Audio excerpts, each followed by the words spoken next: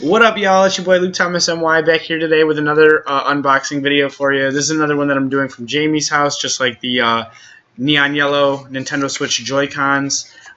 So, without any further ado, the item up for unboxing today is the Insignia brand Nintendo Switch docking kit.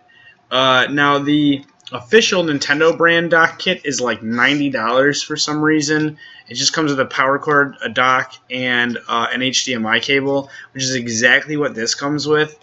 This is like $40, so it's over like 50% less expensive than the official Nintendo one.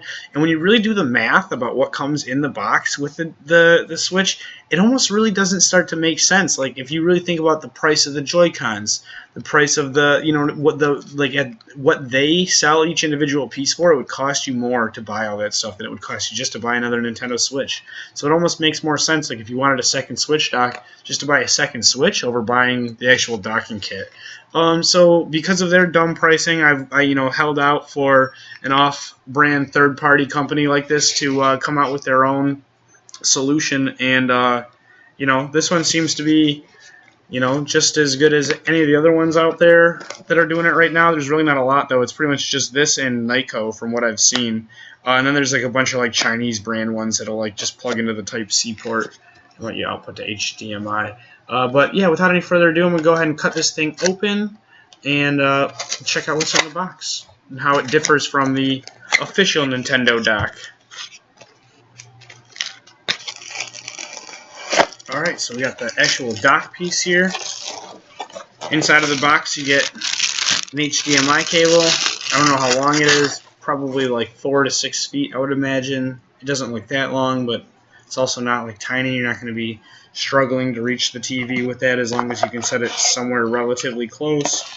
And then the appropriately powered Type-C charging block. Outputs at 15 volts, 2.6 amps.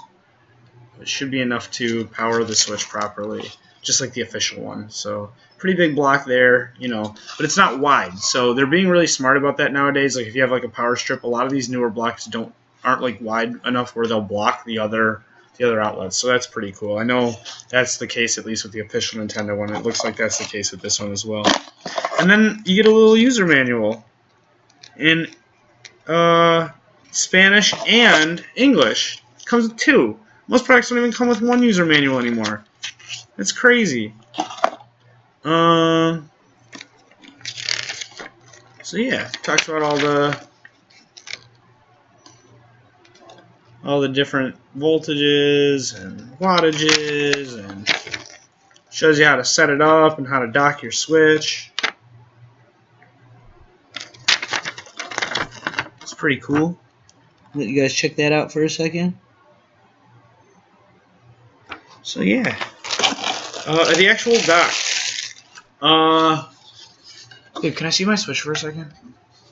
So the actual dock, the biggest difference is that instead of this being like almost like a clamshell shape that goes all the way around the front of the screen and the back of the Switch, this pretty much just sits at the bottom of the screen, like this, and then docks into place like that. So as you can see, the design differs a little bit. It's kind of a little bit more compact than the original one, maybe about a third of the total height of the other one, maybe like a half of the total height. But it is, I'd say, heavier, and that's because of the way that the Switch sits in there. They don't want it to like fall forward, so it's kind of like back and bottom heavy on this part right here. So maybe a little bit heavier than the official Switch dock, but definitely cheaper than the Switch dock, definitely more compact than the official Nintendo Switch dock. And it doesn't cover the screen, so for people who are worried about scratching the screen up on their Switch by docking it into the official dock, I actually have one of those little like covers for mine, like a sock that I bought off Etsy to cover to keep the screen from scratching in the official dock. So with this, you don't even have to worry about that, which is awesome too.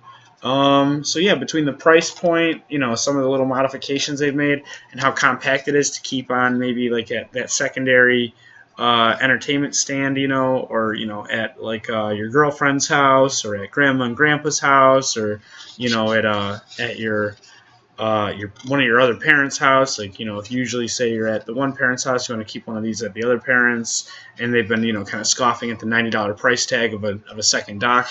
This might be your answer. So yeah, I know it's not super impressive looking here. It's just kind of like a hunk of black plastic. On the back, you do have all the ports that you'd expect to see. You've got your USB Type-C port for power, HDMI port, and the USB port there. So with the USB port, you can always charge your Controller Pro or your Joy-Con charging grip, or even like your cell phone or something. So yeah, I know, like I said, it doesn't look like much, but for what it is, it's pretty awesome. And if you guys enjoyed this video, or if you found this informative at all, or if this was a cool new product that I'm showing you for the first time, make sure to leave a thumbs up. Make sure to subscribe for more awesome content like this. For real, guys, that subscribe button nowadays means more than ever before with the way YouTube is making changes behind the scenes. So please subscribe if you have a second and don't mind. And for now, this is your boy Luke Thomas NY saying goodbye. I'll catch you guys next time.